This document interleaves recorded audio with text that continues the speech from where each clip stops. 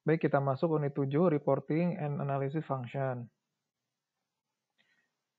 Kita akan membahas di sini pertama adalah terkait standar report ya pada dokumen level. Nah, di SAP ya, jadi dilengkapi dengan standar report ya. Standar report. Jadi setiap dokumen ya, jadi kan setiap transaksi itu mencetak dokumen ya. Jadi setiap kita buat PO itu ada dokumen PO ya. Setiap kita buat GR itu ada dokumen GR. Kalian kan bisa lihat ya di kiri bawah ya, setiap ada transaksi itu kan ada sudah di-create dokumen nomor sekian ya, seperti itu. Nah, ini dokumen entry ya. Nah, begitu juga di master data kan, ketika kita buat master data gitu kan. Nah, ini kan menjadi apa? Menjadi data ya, seperti material, vendor, info record ya. Nah, ini semua itu ya, ini bisa ditampilkan ya dalam bentuk standar report ya. Seperti itu. Nah, bentuknya ya, kalau apa yang tradisional itu ada sublist viewer atau LP grid control ya. Kalau sublist viewer itu seperti ini ya, SFP list viewer ya bentuknya ya. Kemudian ada bentuk grid control ya. Ini tampilan standar ya. Nah, sehingga memang seringkali ditambah dengan software yang lain ya untuk membantu proses reporting ya. Karena standarnya kurang lebih seperti ini ya. Mungkin ketika beberapa user ataupun perusahaan ya merasa misalnya perlu dikembangkan dengan reporting ya yang lebih sesuai dengan kebutuhan mereka, ya biasanya mereka juga menambahkan reporting yang di luar standar report yang ada di SAP ya. Ini fungsi-fungsinya ya. Bisa kita lihat detailnya di filter ya, kemudian ada subtotal ya, jadi ada kalkulasi, kemudian mengatur layout ya, seperti itu, sorting. Ini fungsi-fungsi dasar yang ada di tampilan report ya dengan menggunakan list viewer dan LP grid control ya. Nah, seperti ini ya, ini bagaimana kita mengatur tampilan report kita ya. Nah, ini misalnya kita ingin menampilkan purchasing ya.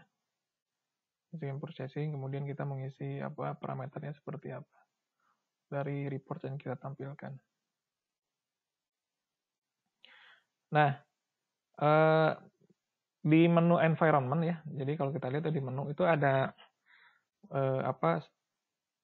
fungsi untuk melakukan analisis ya. Analisis ya. Misalnya analisis material dokumen ya, counting dokumen ya. Kita mau menampilkan misalnya materialis ya, counting dokumen for material ya, atau cancel material dokumen ya. Kemudian kalau ini sifatnya list display ya. Kemudian di stok ya, analisis dari stok ya, individual material atau stok list beberapa material ya. Misalnya stock overview ya, plan stock capability, warehouse stock ya. Kemudian bisa juga dilakukan ABC analisis ya. Jadi beberapa fungsi untuk melakukan analisis ya di standar SAP ya. Nah, walaupun nanti ketika implementasi ya, umumnya perusahaan membutuhkan analisis-analisis lain ya terkait data yang ada. Nah, itu dikembangkan misalnya dengan menggunakan programming ya, pakai ABAP misalnya. Ya, sifatnya mungkin bisa enhancement ya di situ. Atau bisa juga tadi menggunakan software tambahan untuk membantu reporting ya, sehingga lebih sesuai dengan kebutuhan perusahaan. Baik, itu ya. Nah, selanjutnya kita lebih khusus membahas tentang logistic information system ya. Logistic information system. Nah, logistic information system ini ya, ini terkait dengan modul-modul reporting ya, yang terkait dengan modul-modul logistik ya. Misalnya purchasing ya, kemudian warehouse ya, quality management ya, production planning, information system seperti itu ya. Ini dari modul-modul yang ada ya. Nah, Juga bisa dikembangkan logistik data warehouse ya. Data warehouse. Data warehouse itu bukan kayak warehouse ini ya. Ini data warehouse ya, bukan warehouse gudang fisik ya. Jadi data warehouse ya. Jadi data warehouse ini nanti keperluannya untuk melakukan analitik ya. Jadi yang disebut dengan online analytical processing atau OLAP. Nah, jadi setiap transaksi itu dia masuk di sini ya. Istilahnya itu OLTP ya. Jadi kita misalnya create apa PO gitu kan ya, create good receipt pada dokumen itu kan masuk tadi di mana? Di sistem ya. Nah, di sistem ya. Nah, ini nanti masuknya jadi di logistik ya, logistik information system ini nih. Ya, logistik information system di sini untuk reporting ya. Untuk reporting ya. Nah, jenis-jenis transaksi tadi itu istilahnya adalah OLTP ya, online transaction processing. Kalau di IT istilahnya adalah OLTP ya, online transaction processing ya. Seperti tadi kita bikin PO, bikin apa invoice seperti itu. Kemudian nanti mengupdate logistik information system ya. Nah, dari logistik information system ini kita bisa membuat yang namanya logistik data warehouse ya. Logistik data warehouse itu buat apa ya? Nanti digunakan untuk kepentingan bisnis intelijen ya. Bisnis intelijen. Nah, ya atau online analytical processing ya, atau untuk kepentingan analisis lah ya, untuk kepentingan analisis ya. Nah, dibuatlah data warehouse ya. Dibuatlah data warehouse ya. Nah, sehingga ini memudahkan proses analisis data ya sesuai dengan kebutuhan bisnis ya. Nanti bentuknya apa ya? Bentuknya bisa dashboard ya. Bentuknya bisa ad hoc reporting ya. Bentuknya bahkan bisa lebih lanjut itu bisa ke apa bisnis intelijen ya, data mining, kemudian analisis pola ya. Seperti itu. Nah, ini lingkupnya sudah di sini ya. Online analytical processing. Nah,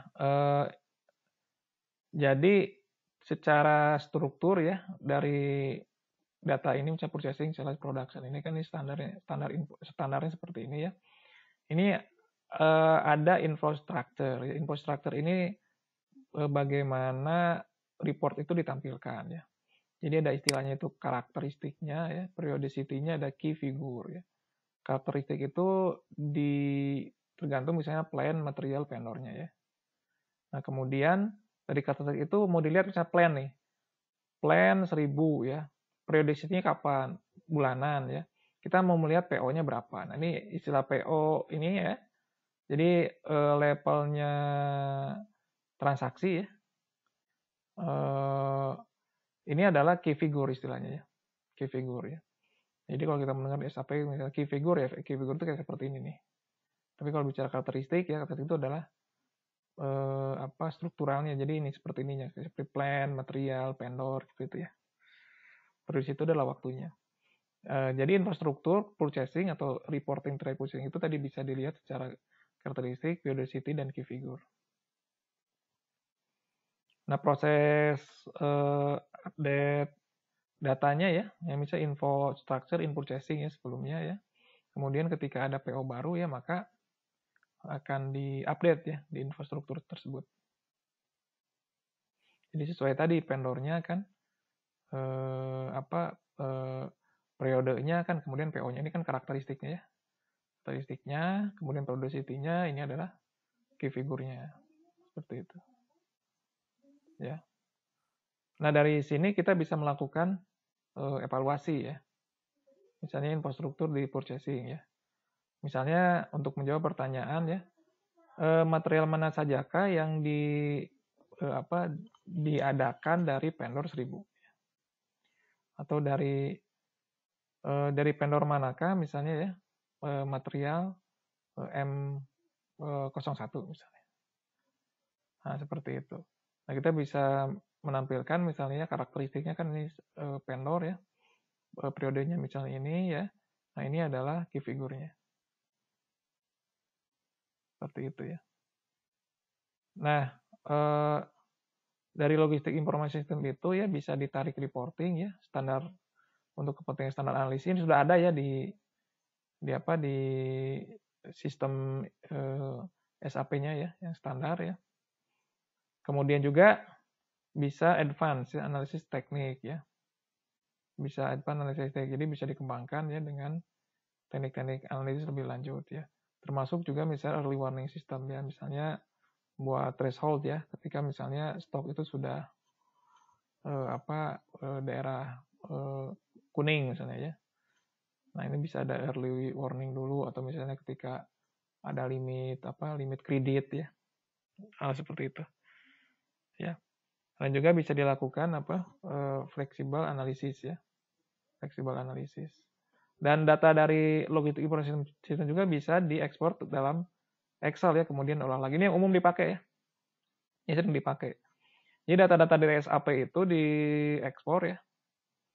Diekspor atau di-download dia jadi Excel.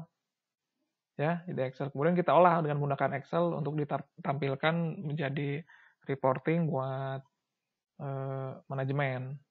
Ya. Jadi grafik-grafiknya itu grafik-grafik di Excel gitu ya. Tapi data-datanya dari SAP. Ya, seperti itu ya. Nah, ini contoh reporting ya di standar analisis ya yang ini.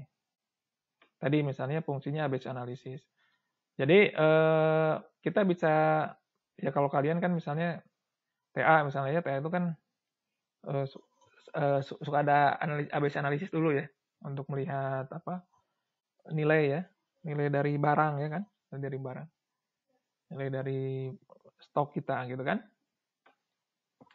Nah, di SAP sudah ada ya, kita tinggal jalankan ABC analisisnya gitu kan. Kemudian kita juga bisa melakukan klasifikasi, segmentasi ya. Kemudian plan actual comparison, misalnya rencana pengiriman kapan, aktualnya kapan, atau rencana produksi berapa, aktualnya berapa ya. Korelasi time series. Nah, ini bisa fungsi-fungsi ini itu bisa dijalankan di SAP ya, di standar analisis. Ya, kemudian dari sini kita bisa breakdown ya. Misalnya ABC analisis kan muncul nanti analisis ABC untuk material kita ya. Kemudian nanti bisa di breakdown ya. Di breakdown ya. Misalnya processing group analisisnya, kemudian misalnya Mayer ya, ini, kemudian Mayer juga bisa di breakdown lagi ya. Vendornya siapa gitu ya. Ini kan per purchasing group ya. Purchasing group itu buyer ya istilahnya. Purchasing group itu orang ataupun misalnya kelompok orang yang melakukan proses pengadaan ya. Nah, misalnya purchasing group Mayer ya. Nah, kemudian bisa di breakdown lagi, ini Mayer itu dia vendornya siapa. Yang transaksi dengan purchasing group Mayer. Nah, kemudian bisa kita breakdown lagi misalnya vendor per vendor seperti itu. Jadi istilahnya drill down ya, drill down analisis. Jadi dari rekap ya, rekap tools yang ada kita bisa breakdown sampai ke level dokumennya ya. Sampai di level dokumen. Misalnya di sini levelnya level PO.